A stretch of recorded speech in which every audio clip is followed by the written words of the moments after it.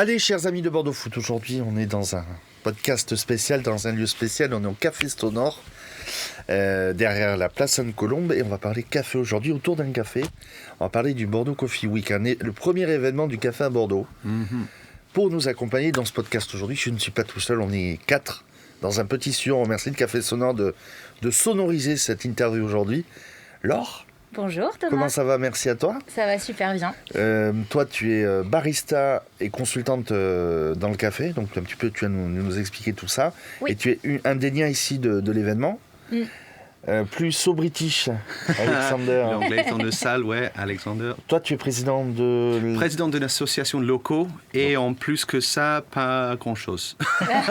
J'ai pas un poste officiel à l'instant, mais je travaille prochement avec le collectif café et notre communauté locale pour la création de les événements là. Et c'est un expert café. Et c'est un expert café. On a un troisième expert café qui, lui, est le président national. Oui, du coup, je suis le président. Loïc. Salut Thomas, merci pour ce podcast, merci à Café Sonore. Je suis le président du collectif café, qui est la fédération des torréfacteurs artisanaux en France. On est 200 adhérents, 150 torréfacteurs. Bon, donc c'est le premier événement de ce type à Bordeaux. Comment c'est parti? Comment l'idée a germé dans vos têtes de le démarrer? Bordeaux, c'est la première édition, mais Lyon, par exemple, c'est la deuxième. Comment l'idée a germé dans les têtes de chacun?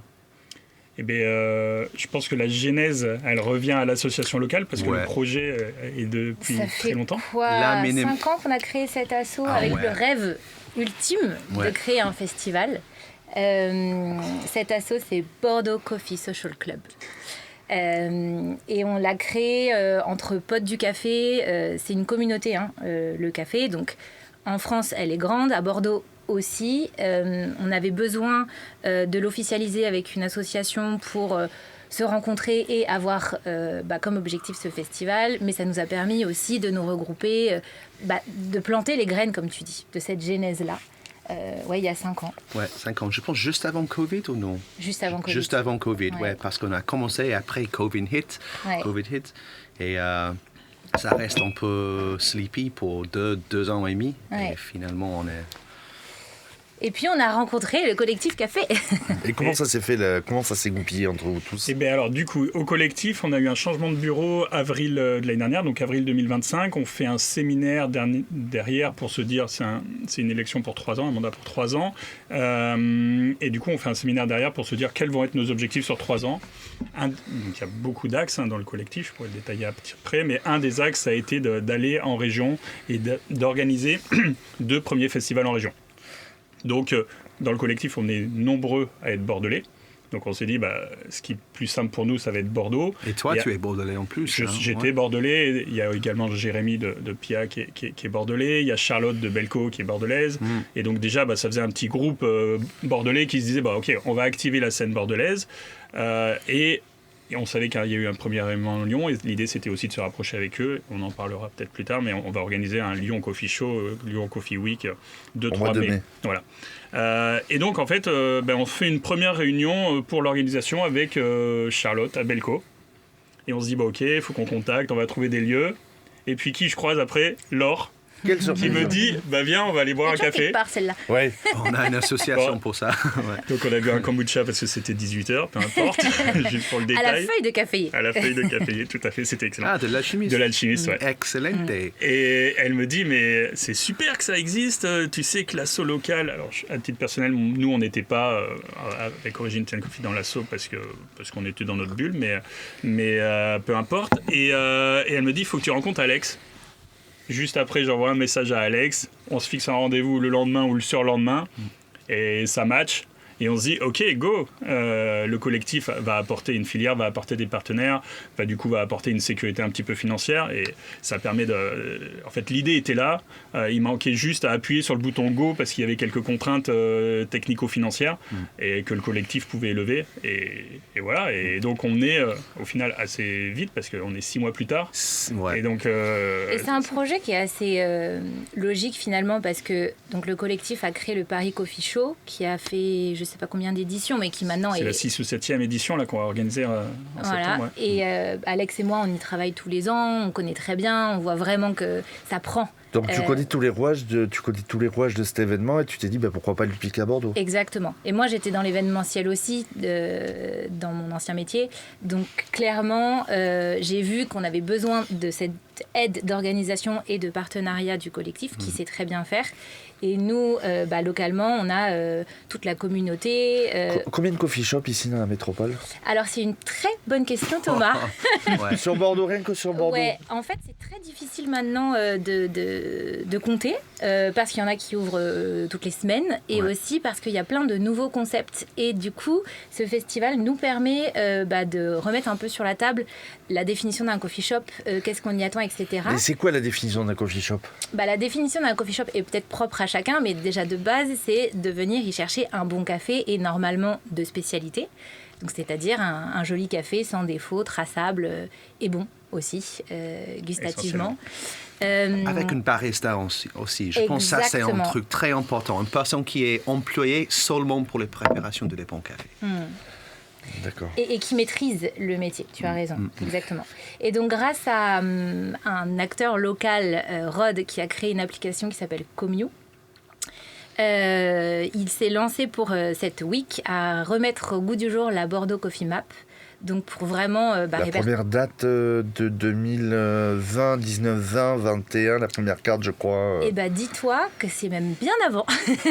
C'était 2018, 17. je te jure, 17. Ouais. Parce que c'était la première fois, je ne sais pas si tu le sais, que le collectif Café organisait un salon à Bordeaux.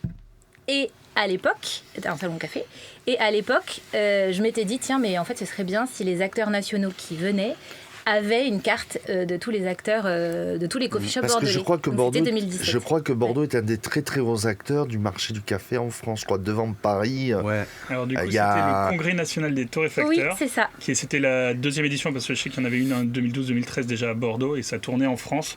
C'était un salon très pro, vraiment pas dynamique comme on est en train de réfléchir sur les coffee shows.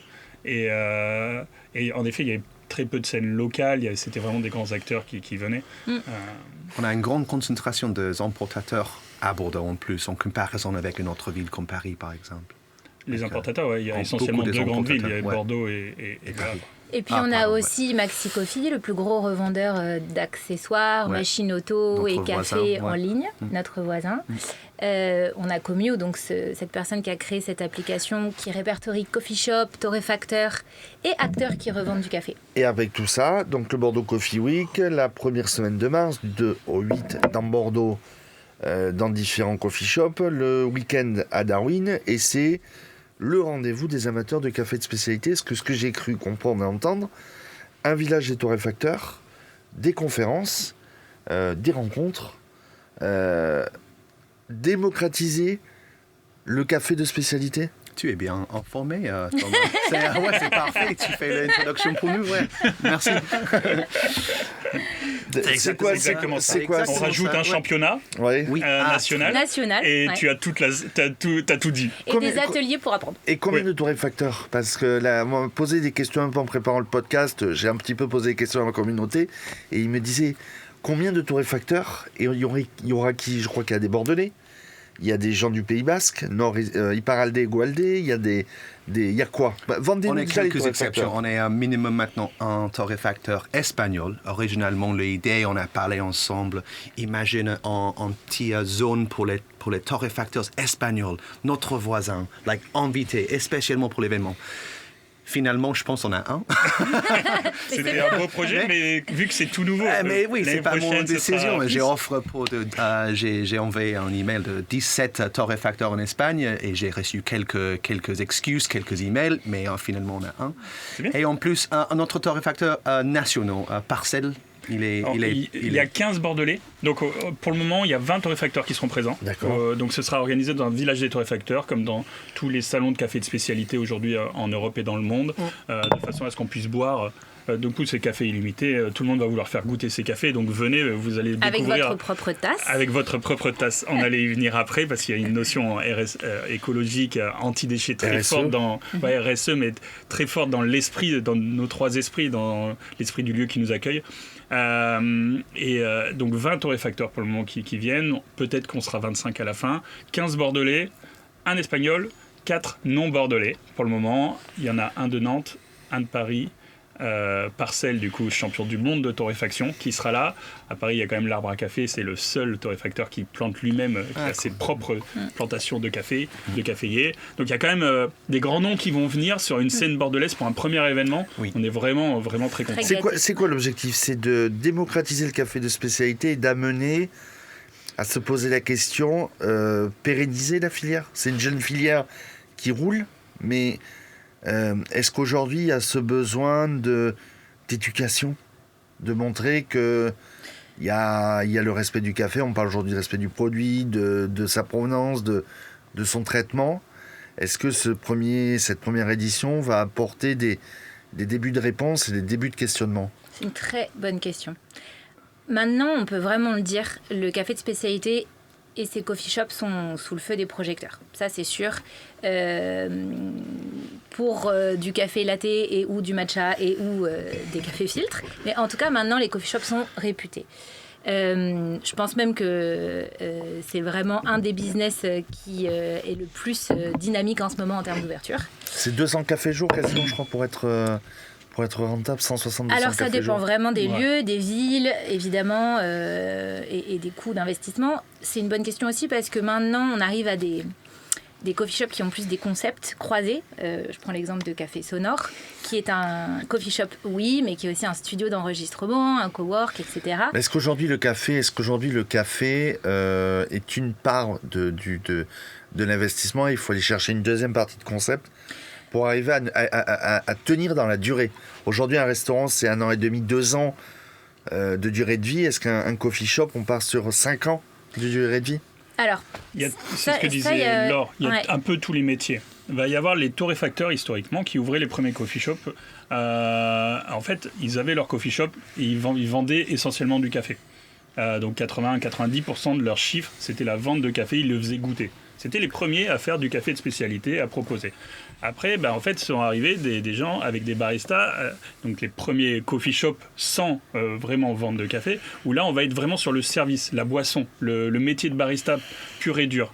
Et donc là, il y a des premiers concepts qui sont arrivés et les gens venaient uniquement pour le café et la France le découvrait. Un café cordonnier. Et après est arrivé justement le. Je pensais à Kikeran au début, qui était avec un pressing. Je sais pas, ça vient à l'esprit. Tout début. Et aujourd'hui, il y a plein de concepts. Parce que le café peut être dans une boutique, le café peut être à côté d'un centre d'enregistrement, peut être à côté de food, plus healthy en général. Et du coup, en fait, il y a plein de concepts différents qui sont en train de se créer. Beaucoup, qui survivra aujourd'hui. Il y a une vraie question, mais en tout cas, ce qui est sûr, c'est que le café de spécialité, c'est 15% de croissance tous les ans aujourd'hui, et c'est 100% de la croissance du marché du café en France. Donc, et là où tu as raison, excuse-moi, je rejoins juste à ta question d'avant. Notre objectif, c'est... Fort de ce constat que ça marche, tout le monde est très intéressé. Nous, les acteurs, on a très envie de justement poser les bonnes bases, peut-être pour accompagner les acteurs qui démarrent. Alex l'a pas dit, mais c'est un formateur qui est très réputé. Toi aussi, tu es formatrice. Je suis formatrice aussi. Et en fait, on a tous aujourd'hui une maturité dans notre métier qu'on a envie de partager. Et c'est un peu l'objectif de la semaine et du festival, de montrer tous les différents métiers. Et aussi de montrer comment est-ce qu'on peut accéder à ce rêve d'ouvrir un coffee shop, avec quels acteurs. On a aussi en local, par exemple, Mirabilis. C'est des triplettes qui sont avocates et qui vont accompagner les acteurs dans leur projet vraiment de A à Z, tout ce backstage qu'on ne voit pas et qui est essentiel en effet pour être rentable. Bonjour les sœurs. Bonjour les sœurs. Et ça, c'est des acteurs que vous ne voyez pas forcément, évidemment, en commandant votre super espresso. Vous allez les découvrir sur le festival. Donc on avance dans le festival, et après il y a 2-3 autres questions qui arriveront dans la dernière partie. Donc les torréfacteurs, le concours national, c'est de filtres. Oui.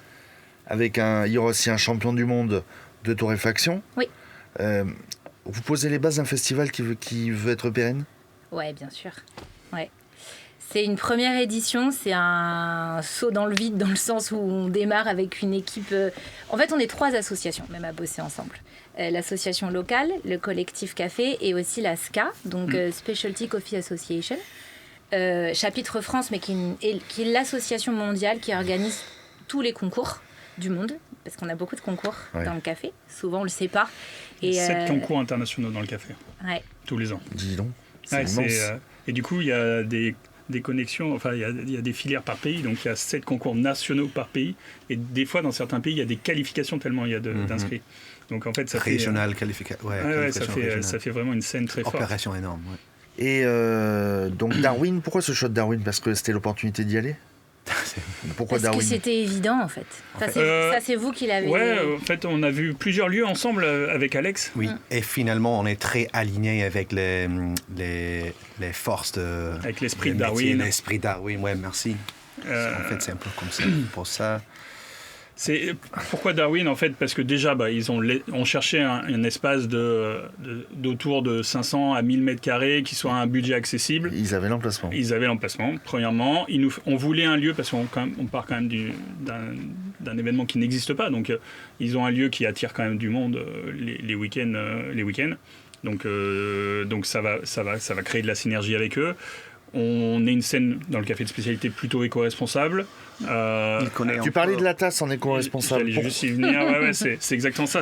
En fait, ils sont dans l'éco-responsabilité. Le café de spécialité éco-responsable, on le dit pas assez et on va essayer de le notifier au collectif café de façon à qualifier encore ça de plus importante. Mais un café de spécialité est éthique parce qu'on les achète toujours au-dessus des cours de café équitable.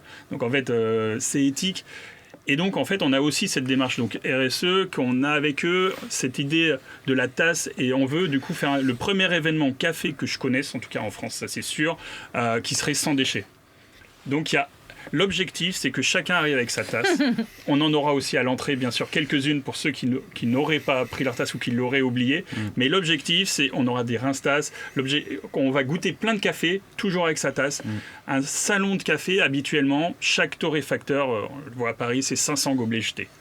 Donc là, on a 20 torréfacteurs, sans compter les concours et tout. Ça aurait été 10 000 gobelets jetés. Ouais, d'accord.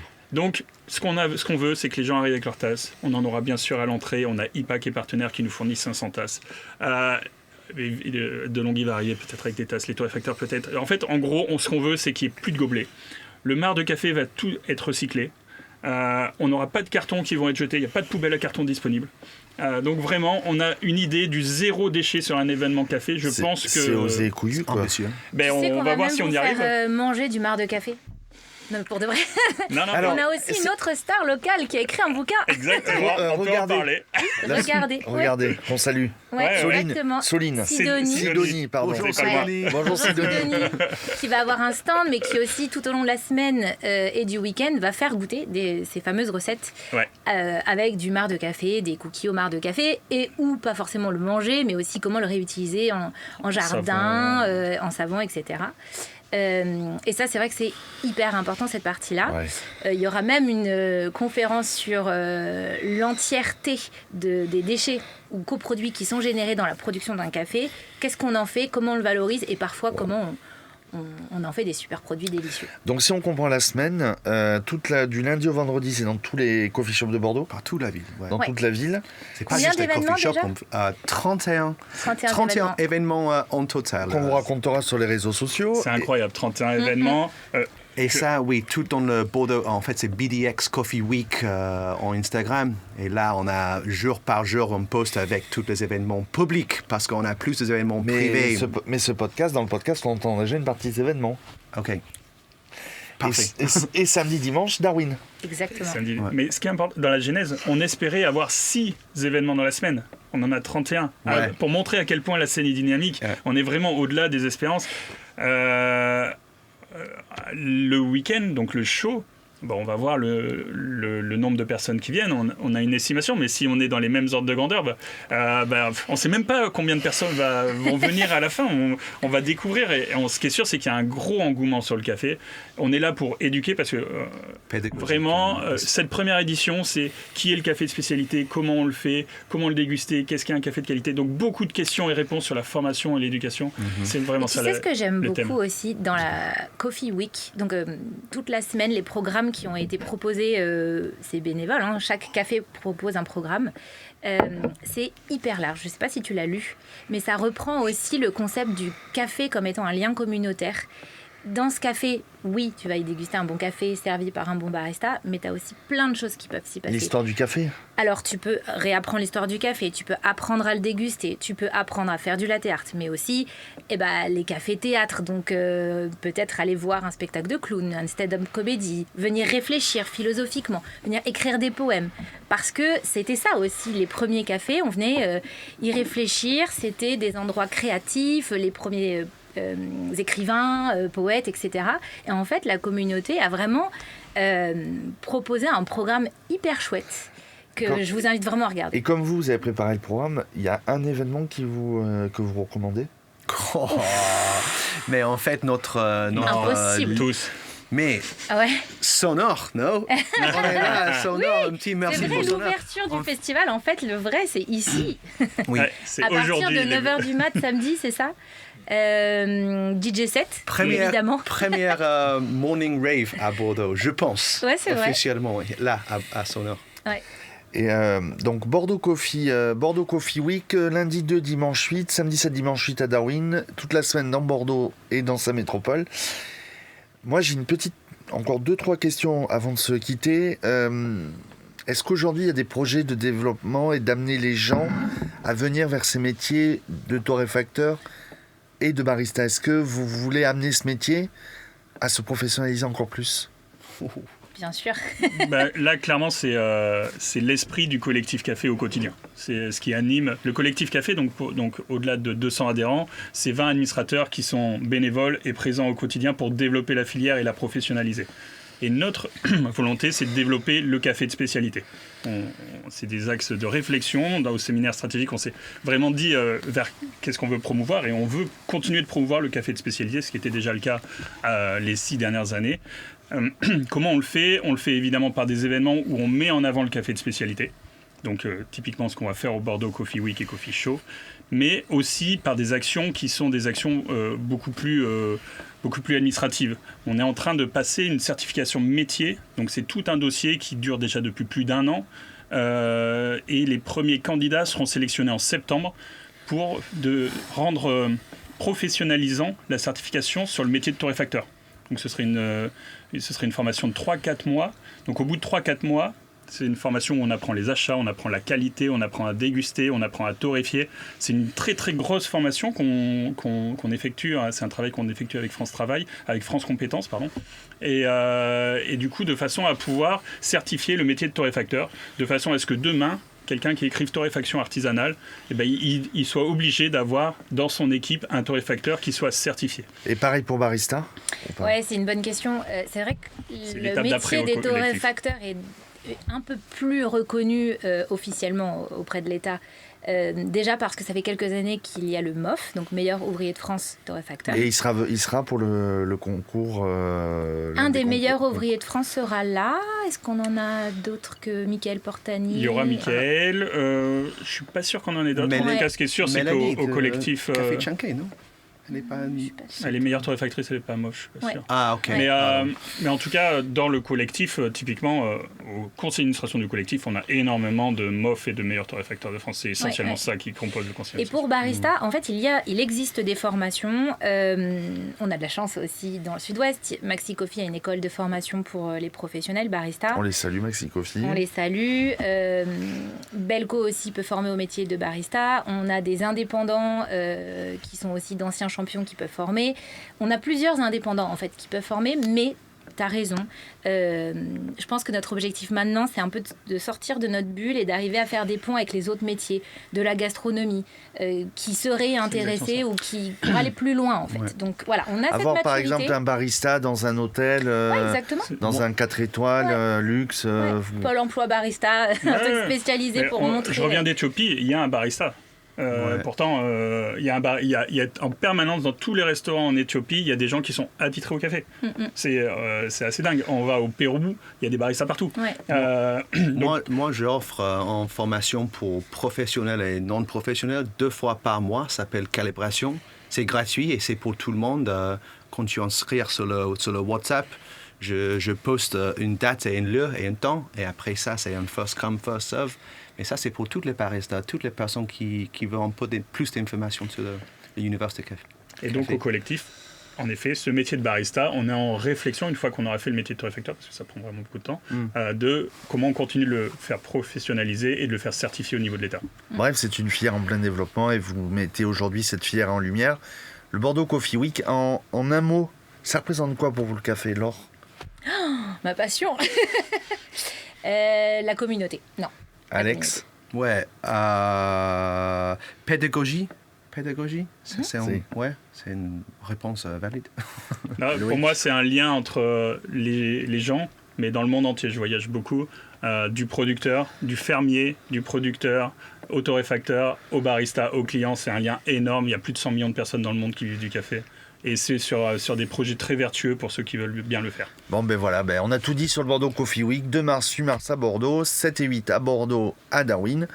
Et on vous retrouve tous les trois sur bordeauxfoot.fr. Parce que vous avez réécouté le podcast, je pense. Oui, Thomas. Merci au Café Sonore de nous avoir. Merci au Café Sonore de nous avoir reçus. Et voilà, je vous invite à écouter ce podcast. Et c'est l'heure du café ? Oui. Allez, merci à tous les trois et merci au Café Sonore. Ciao. Merci. Ciao. Bonne journée.